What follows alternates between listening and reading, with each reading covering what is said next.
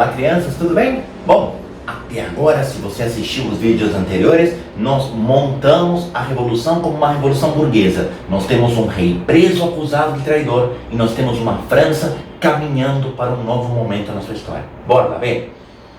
Então, na convenção, nós vimos que havia dois grandes grupos que podiam dar as cartas. Um grupo mais popular e um grupo mais elitista. Um grupo mais radical e um grupo mais conservador. É agora que a Revolução Francesa vai caminhar por uma fase um pouco mais radical. E é radical no sentido de transformações ocorridas. E a primeira grande transformação se dá entre 1793 e 1795, quando quem assume o comando da convenção são os jacobinos. E nós temos aqui a chamada Convenção Jacobina. Jacobinos são aqueles que defendem os interesses de sans-culottes e camponeses, ou seja, interesses mais populares, tudo bem? Essa fase da Convenção Jacobina, a gente poderia dizer que foi a fase popular da Revolução Francesa. Uma fase popular. E nessa fase popular, eu quero destacar para vocês duas transformações profundas ocorridas aqui. As duas grandes transformações promovidas pelos jacobinos na França estão no estabelecimento de um novo calendário associado ao estabelecimento de uma nova Constituição.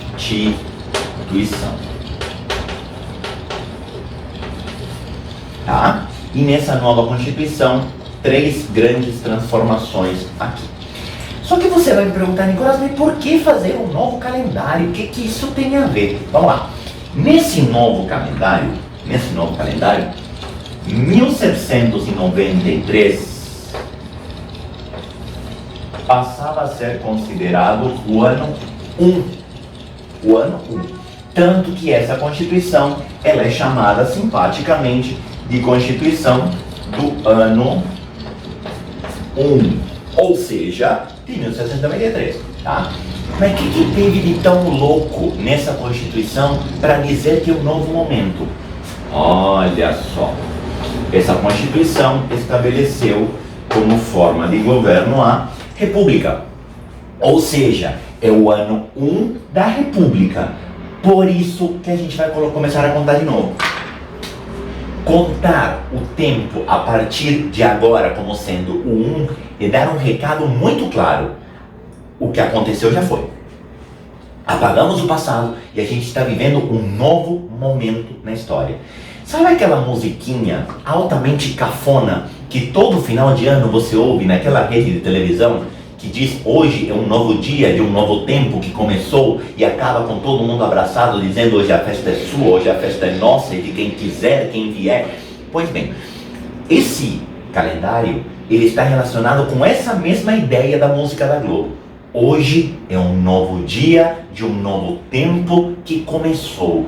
Nós somos o recomeço. Não importa o que teve até agora. Começamos a contar de novo. Começamos a contar a partir da República. Começamos a contar a partir do momento que nós chegamos no poder. Apaga-se o calendário anterior, que por sinal é um calendário religioso, que por sinal é um calendário que reflete valores cristãos, que nós, jacobinos, não queremos respeitar. O nosso calendário vem da natureza. O nosso calendário ele tem o mês do vento. O nosso calendário tem o mês da bruma. O nosso calendário tem o mês da colheita das uvas. São 6 blocos, certo, relacionados à natureza, que nada tem a ver com o calendário gregoriano, com o calendário da igreja.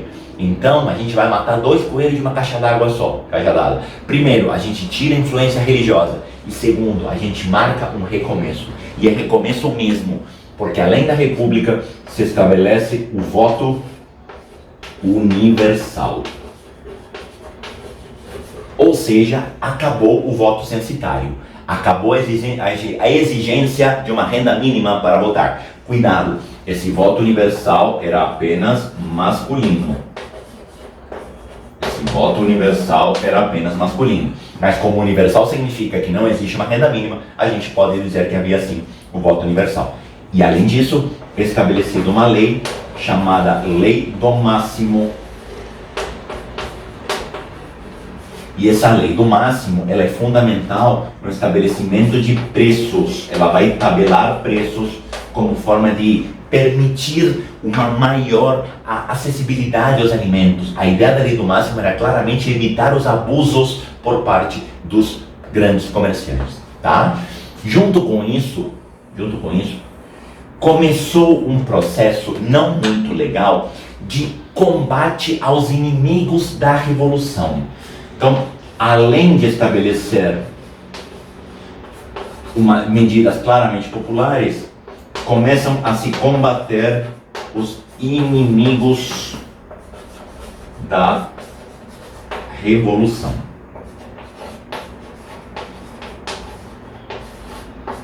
Como se faz isso? Através da criação do Tribunal da Revolução, o Tribunal Revolucionário, e a criação do Comitê da Salvação Pública. O Tribunal Revolucionário e o Comitê da Salvação Pública, eles tinham como finalidade investigar, prender e matar todos aqueles que fossem considerados inimigos da Revolução, todos aqueles que fossem considerados uma ameaça para essa fase popular, todos aqueles que fossem uma ameaça para os direitos do povo. O primeiro grande condenado aqui se chama Luís XVI, guilhotinado em praça pública logo no início dessa fase radical, certo? Só cuidado, porque essa fase popular ela acabou se distorcendo. De que forma? Através da ascensão de um cara que vai se tornar na grande figura da fase popular, chamado Robespierre. Vou até grifar o nome dele. Robespierre promoveu, nessa fase radical, nessa fase da Convenção Jacobina, uma enorme chacina em nome dos direitos da Revolução. Esse combate aos inimigos da Revolução acabou se transformando numa ditadura pessoal do Robespierre. Essa fase acabou se transformando numa fase de terror. É por isso que a gente vai chamar essa fase da República de fase do terror jacobino, certo? Inclusive se diz que o terror foi tamanho que a guilhotina, Monsieur la Guillotin, que acaba aparecendo como a personagem central aqui, ela não tinha mais fio, ela tinha ficado cega de tanta cabeça que ela tinha cortado.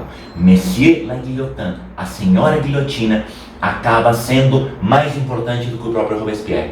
Ou seja, essa fase que supostamente deveria garantir os direitos populares, acaba se transformando numa grande ditadura de alguém que usa o povo para garantir o próprio poder. E isso acaba se tornando uma tona depois, uma sina da história mais para frente. A gente vai ver que todas as revoltas populares e todas as revoluções populares acabaram descambando para ditaduras pessoais. Robespierre foi o primeiro a fazer isso. Tá? O importante de você guardar, esse novo calendário está associado a uma nova Constituição. Essa nova Constituição marcava uma nova forma de governo. Pela primeira vez, a França era uma república. Mas a primeira experiência republicana na Convenção Jacobina, digamos que não foi muito bem sucedida e acabou se transformando numa cortação desenfreada de cabeça e numa ditadura pessoal do Robespierre. Tudo bem até aqui? Diante da violência e do uso indiscriminado por parte de Robespierre da guilhotina como forma de conter uma possível contra-revolução, e principalmente pelo fato daquilo ter se transformado numa ditadura pessoal, setores conservadores acabam assumindo a frente da revolução através de uma articulação política que forma o que a gente vai chamar de diretório.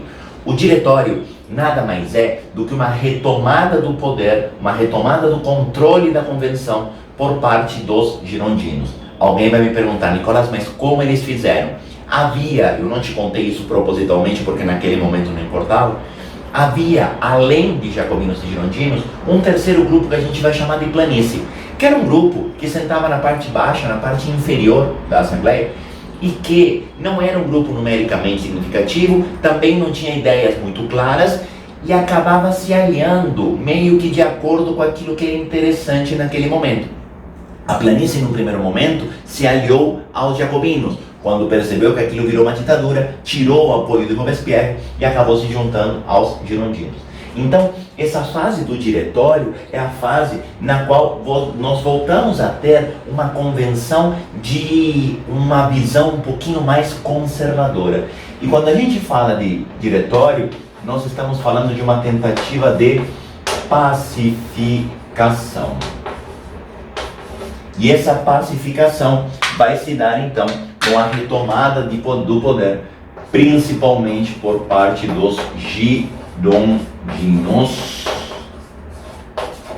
com apoio também da planície. Tá? O que vai acontecer aqui? Nessa fase da pacificação, duas coisas foram eliminadas. Quais são as duas coisas que foram eliminadas? Acabou o tabelamento de preços. E isso é uma medida claramente burguesa.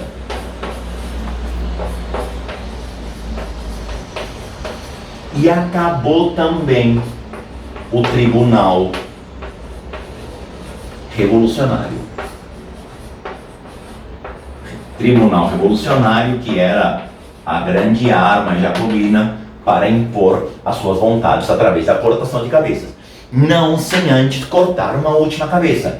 Quem foi guilhotinado aqui? O próprio Robespierre foi acusado à guilhotina, acusado de traidor. Aliás, foi condenado à guilhotina, perdão, acusado de traição. Tá? Quando a gente fala da fase do diretório, essa fase do diretório é marcada por uma nova Constituição. Nova Constituição. Essa Constituição, ela vai ser chamada de Constituição do ano 3. 3, para você não perder as contas, é 1795. 1793 era 1. 1794, 2. 1795, 3. Tá? Nessa Constituição é estabelecida uma nova forma de governo. Essa Constituição estabelece que a partir de agora haveria 5 chefes executivos.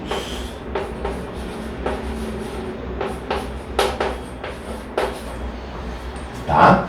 Qual era a ideia aqui? A ideia era nomear 5 chefes executivos para impedir a ascensão de um novo Robespierre. A ideia aqui era fragmentar o poder. Colocar 5 chefes executivos significava impedir que o poder ficasse na mão de uma pessoa só e impedir que houvesse o perigo de uma nova ditadura. De certa forma, isso recupera uma ideia romana. Lá atrás, lá na Roma Antiga, já havia a ideia de fragmentação com os 2 cônsules, depois com o triunvirato. Então, essa ideia não é uma ideia nova que nasce aqui. Esses 5 chefes executivos compunham o diretório, por isso chama diretório. O diretório era esse grupo de 5 chefes que tomaria a frente da França. Esses 5 chefes executivos seriam eleitos por voto censitário. Acabou a festa da uva na cabeça burguesa, acabou a possibilidade de voto popular. O voto voltava a assumir um caráter censitário, ou seja, mais uma vez precisava de uma renda mínima para votar. Tudo bem? Além disso, e isso é interessante, essa Constituição, pela primeira vez na história da França, estabeleceu um Estado laico.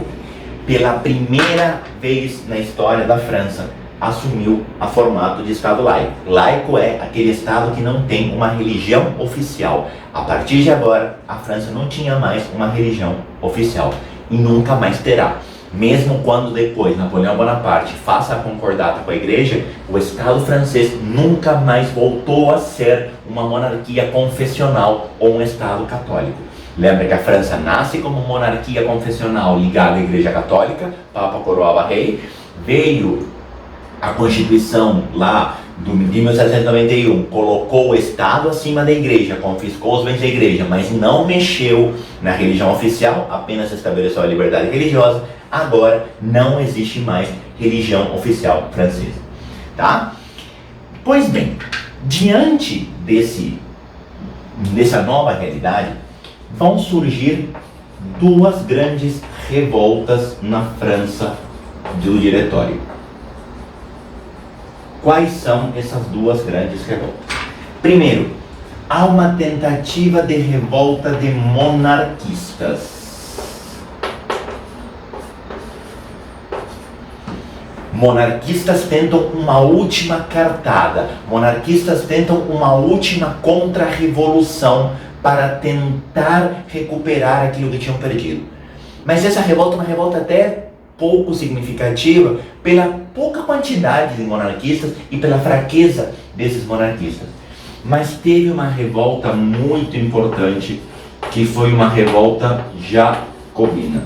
Essa revolta jacobina chama Conspiração dos Iguais e foi liderada por um cara chamado Graco Babeuf.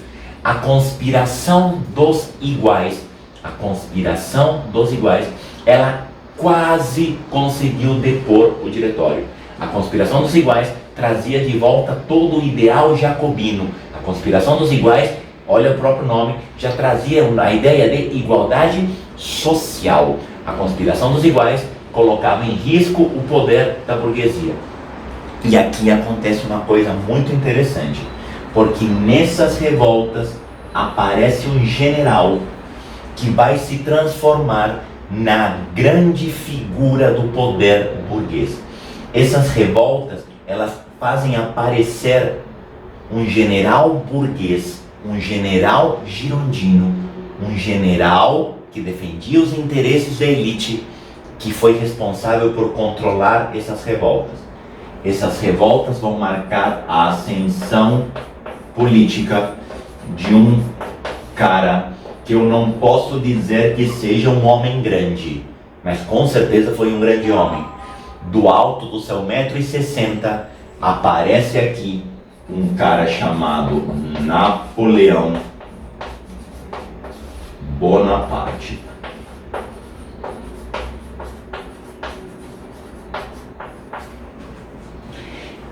Napoleão Bonaparte, ele se transforma no representante da força burguesa.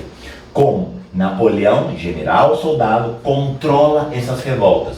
E o fato de Napoleão controlar essas revoltas dá a ele prestígio político perante a burguesia.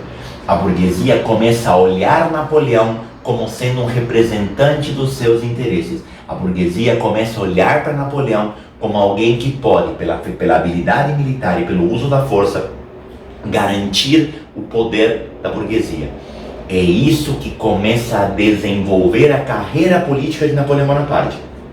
Napoleão é um general que representa os interesses da burguesia e que vai ser usado pela burguesia para consolidar o seu projeto, impedindo qualquer outra contra-revolução. Napoleão Bonaparte, ele se consolida politicamente justamente contendo as revoltas. Só que isso, mais pra frente, vai dar problema, porque esse cara, com prestígio, ele vai começar a querer poder. E quando ele começar a querer poder, a burguesia vai começar a apoiá-lo e ao mesmo tempo vai enfraquecer as suas próprias instituições. O que a gente vai ver progressivamente é Napoleão concentrando o poder na sua mão. Mas isso se dá já na era napoleônica, a partir do golpe do 18 de Brumário, que nada mais é do que o início do período de Napoleão na França. Mas isso é um assunto para o próximo vídeo. Beleza? Tchau, tchau, obrigado, até o próximo vídeo.